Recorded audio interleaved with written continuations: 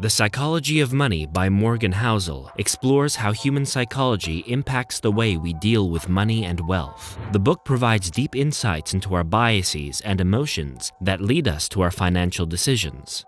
Instead of just pointing out why each of us deals with money differently, it offers a more measured approach to creating wealth. Here are 6 key takeaways from The Psychology of Money. 1. Wealth is what you don't see. We've all heard the quote, "Don't just look rich, be rich." Morgan Housel explains this so intricately in the book. True wealth is often not visible in our material possessions. Instead, it's often found in intangible things such as financial security, peace of mind, and freedom of time. Most of us think that being wealthy means having a nice house, a fancy car, or expensive clothes. However, most times it is the opposite. Truly wealthy people are often not as flashy or showy with their possessions. Mark Zuckerberg, with over $80 billion of net worth, wears the same clothes every day because it frees his mind from thinking about what to wear. He'd rather put in that energy in striking billion-dollar deals than wasting it on looking nice. For him, expensive clothes are a hassle, while simple clothes give him freedom. This is why the wealthy think twice before spending on something they don't need. Not because they can't afford it, but because they know that putting $500,000 in a flashy yet depreciating sports car doesn't actually increase their wealth. Instead, it reduces it by that much. Also, material possessions do absolutely nothing in terms of getting you respect from others. When people see a flashy sports car on the road, they only admire the car and not the person in it. Instead, people imagine themselves driving that car and living their dream lifestyle. Therefore, it is far better to not throw in your hard-earned money on possessions that don't add to your wealth. Instead, save those $500,000 for emergencies and sleep peacefully at night because that's what truly matters. 2. Invest based on your financial goals. Apart from saving, investing your money is equally important for creating intergenerational wealth. However, investing is not the same for everyone, because investing psychology is not the same for everyone. Our personal experiences, cultural beliefs, financial circumstances, and societal norms dictate how we invest money. Numerous studies have shown that the lowest income group spends the maximum on lottery tickets. Some can even invest up to $400 a month on the lottery, knowing full well that the odds of winning are almost negligible. Also, when in urgent need, these same people can't come up with $400 for emergencies. On the surface of it, any rational person would think of them as lunatics who know nothing about money. However, if you see it from their perspective, you will realize why they make such financial decisions. These people barely earn enough to make ends meet. They live paycheck to paycheck and don't have the education to improve their circumstances. They feel trapped in a vicious cycle, and the lottery is their only hope. Although their actions still don't seem justified, they do make sense within such context, and that's the second key takeaway from the book. You should always invest considering your personal circumstances and financial goals. Even investment professionals create a tailor-made investment policy statement taking into account your personal risk and return requirements before investing your money. Similarly, you shouldn't invest in just any asset where your friends and family are investing. You should invest to meet your financial goals. 3. Don't interrupt compounding. While investing is one of the key objectives of our lives, the bigger objective should be to stay invested for as long as possible. Imagine there are 2 investors. Investor A invests 10% of her income each month in the S&P 500 and stays invested during all the ups and downs of the market. She reinvests all the dividends and doesn't sell at every opportunity. Whereas Investor B, even though has the same income and invests the same 10% every month, he actively sells every time the market rises slightly. At the end of 40 years of investing, Investor A ends up with twice as much as Investor B, just because she was consistent and reinvested all her gains. That's the power of compounding. The longer you let your money remain invested, the more you earn through compounding. And that's the reason why 99% of Warren Buffett's wealth has come from compounding. When someone asked him in an interview how they can also be as rich as him, he only said 2 words: start young. What he meant was, start young and remain invested for as long as you can, and see the magic of compounding do its thing. Buffett recounted that he started investing when he was 11 years old. He continued investing consistently, and by the age of 30, his investments were $1 million. However, after 50 years of age, his investment started growing tremendously. It grew to a whopping $84.2 billion, of which $81 billion came only after he was 60. So, the longer you stay invested, the better your returns compound. 4. Nothing in life is free. Although we know that compounding is like a magical accelerator, it has its own demerits. Think of the same investor A who consistently invested the same amount in the index, even during the huge market dips such as the 2008 financial crisis.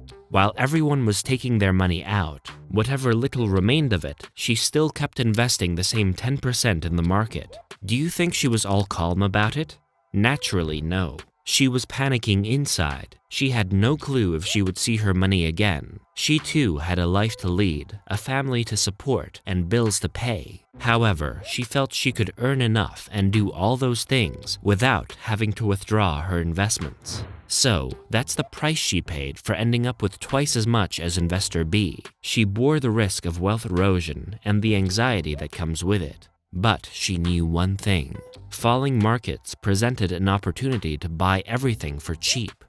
And if she could remain invested for long enough, the minor setback to her portfolio would more than recover. So, that's why she ended up with much more investment wealth that she could use in her old age and also pass on to future generations. Therefore, being courageous about sticking to an investment strategy is the 4th key takeaway from The Psychology of Money. Markets face recessions for short periods and recover for much longer.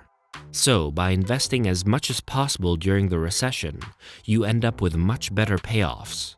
Want to know more about investing during the recession? Check out another video for a 6-step recession investing framework. 5. Be reasonable, not rational. 2 key assumptions in economics and finance are: 1. People are rational. 2. More is always better. So, when we are out there in the race to make money, we try to stick too staunchly to these principles. However, we as human beings have emotional needs too. We can't just act as rational machines all the time. Therefore, The Psychology of Money teaches us how we need to be reasonable instead of being rational. Let's take an example. Suppose there are 2 people. Person A has $100,000, while person B has $400,000. Each is offered 2 choices by person C. Choice 1. Person C flips a fair coin. If it's heads, nothing happens. But if it's tails, A and B swap money. Choice 2. Person C takes their money, gives them $200,000 each, and keeps $100,000 for himself. If you are person A, what would you do? According to the probability theory of finance, person A has a 50% chance of getting $400,000 in choice 1, while in choice 2, he has a 100% chance of getting $200,000. The mathematical rationale works out like this. Outcome of choice 1, 50% times 100,000 plus 50% times 400,000 equals $250,000. Outcome of choice 2, 100% of $200,000, which equals $200,000. So, rationally, choice 1 offers $50,000 more. However, there is an uncertainty element involved in it. Person A could outrightly lose $100,000 if he doesn't pick choice 2. So, instead of taking the risk of just gaining $50,000 extra, person A is better off being reasonable and accepting the certain gain of $100,000 by picking choice 2. Here, more money is not necessarily better for him. This is how Morgan Housel tries to tell us that we need to know where to draw a line. When to say enough is enough. There will always be a bigger fish, someone earning more than you in some other part of the world.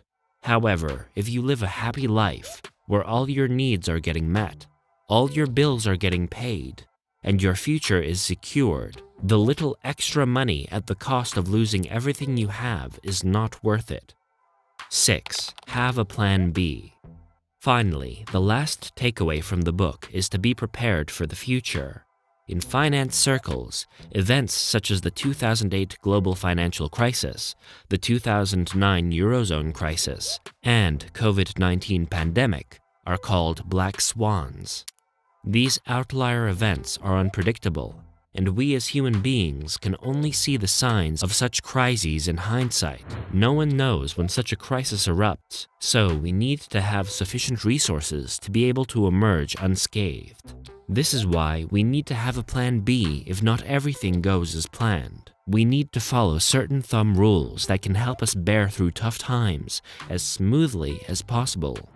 While most of these rules, such as living below your means, keeping an emergency fund, and saving as much as possible are pretty obvious to you by now, there's a fair chance that you might have missed one very crucial rule. You need to be conservative in your expectations. If you reasonably estimate that your investments can grow 10%, you need to assume a growth rate of only 7%. Having conservative expectations helps you make the most of your working lifetime. You work harder and try to maximize your earnings while you can, because the time, once gone, never returns. Once you age, you don't have enough left in you to create wealth. Therefore, keeping the conservative hat on not only ensures you have enough to lead your life comfortably, but also bear through unforeseeable tough times without denting your lifestyle too much.